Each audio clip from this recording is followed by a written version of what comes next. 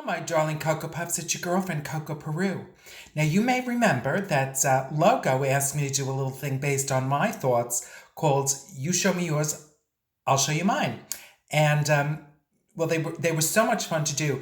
And one of my guests is someone that I had always admired, always wanted to work with, and that dream finally came true.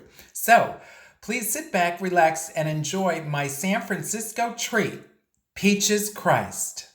Hi, everyone. It's Coco Peru with I'll Show You Mine, a drag queen show and tell. And today I have a very special guest. Oh, God, this queen I was obsessed with many, many years before I ever met her. I was kind of in awe of her.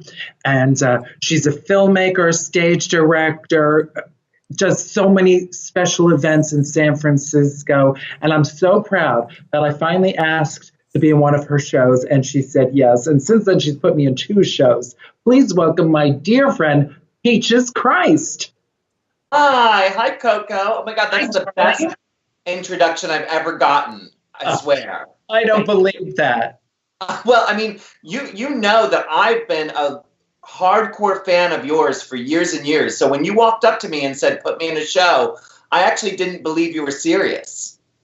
Well, I was, and you've put me in 2 shows, and they were some of the best times of my life. I called your bluff.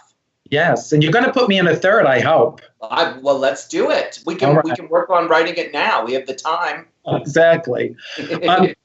So anyway, I've been doing this little thing where I share with people things around my house, and we thought, wouldn't it be fun if we got some of my drag friends to show me some of their things? So I'll show you mine first, and then you're going to show me yours. I played this game. The reason why I picked these objects to show you is because it is so absurd, and I know if there's anyone who can cackle, and I don't expect you to cackle today, but we cackle together about the absurdities in our life. So I was out in my backyard not too long ago, maybe a couple of years ago, planting some things, and I dug up in the dirt. Can you see these 2 things? Right? Are they rocks? They're rocks. They're like moons. Yes, they're like moon rocks, and they're like a weird kind of weight. And I was like, this is not a normal rock. I have found outer space things, moon rocks. I was so excited. I was convinced I have found moon rocks. And a friend came over and she was like, I don't think those are moon rocks. And I was like, well, what are they? And she was like, those are barbecue rocks.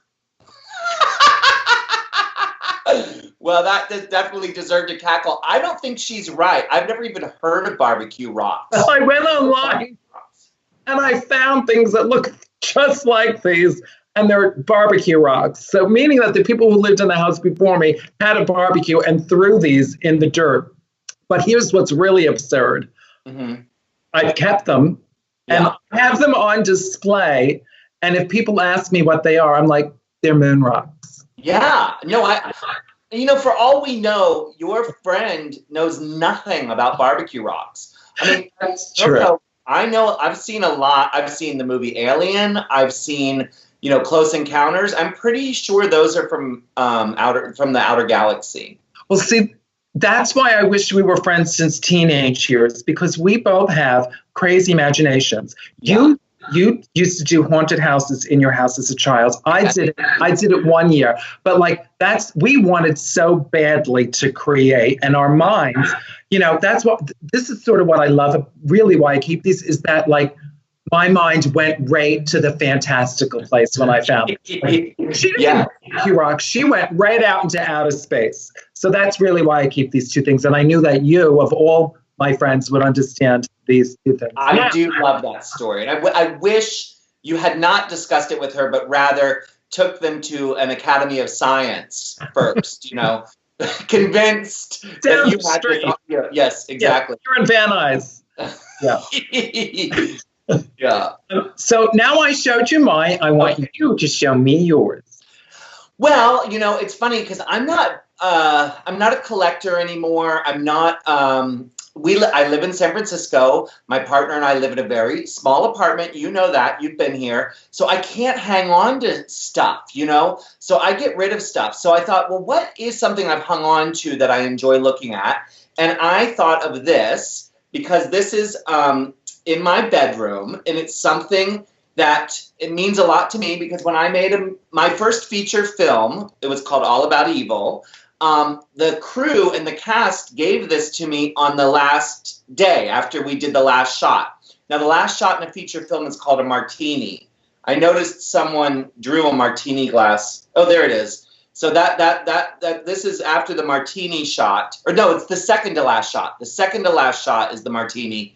Then the final shot before you wrap is the final shot. But they all signed it behind my back. And it just means the world to me. I love this. Because I never even thought I'd get to keep this thing. Well, I think it's amazing. Not only, you're a drag queen. How many drag queens make movies? Like, well, not very many. No, not very, me and Eklina Wood. And well, actually, we have a very similar aesthetic. Yeah, absolutely. Yeah, but it's a great movie, and it has some great Cassandra Peterson, Natasha signed Natasha, Natasha stars in it, and Thomas Dekker and Mink Stoll. And, yeah, so it's not just the cast who signed it, who of course are celebrities, but the entire crew signed it. And so I love looking at the different names. Many of these people, such as Rick Ray and some of the other crew members, I still work with today, you know. So speaking of haunted houses, you know, I do a haunted attraction. Some of these same people who worked on All About Evil work on that show, and you've worked with them as well. So it takes a village. I'm the kind of drag queen, as you know.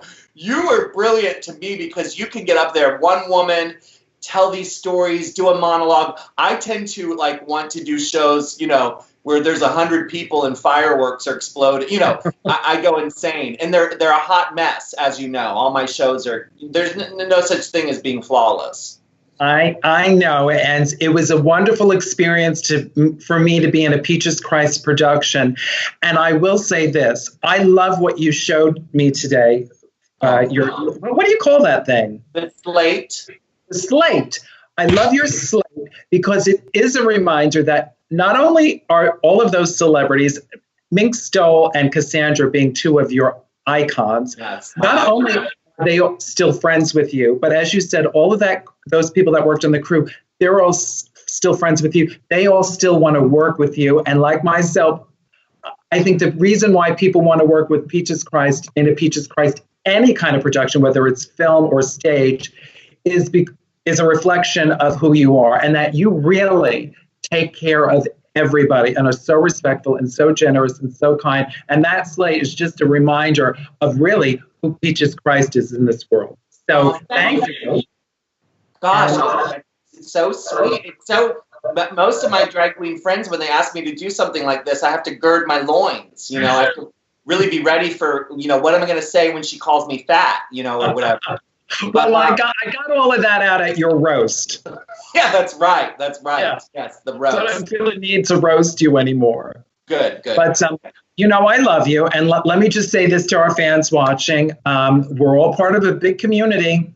And although you might feel alone right now, we're here to keep you company.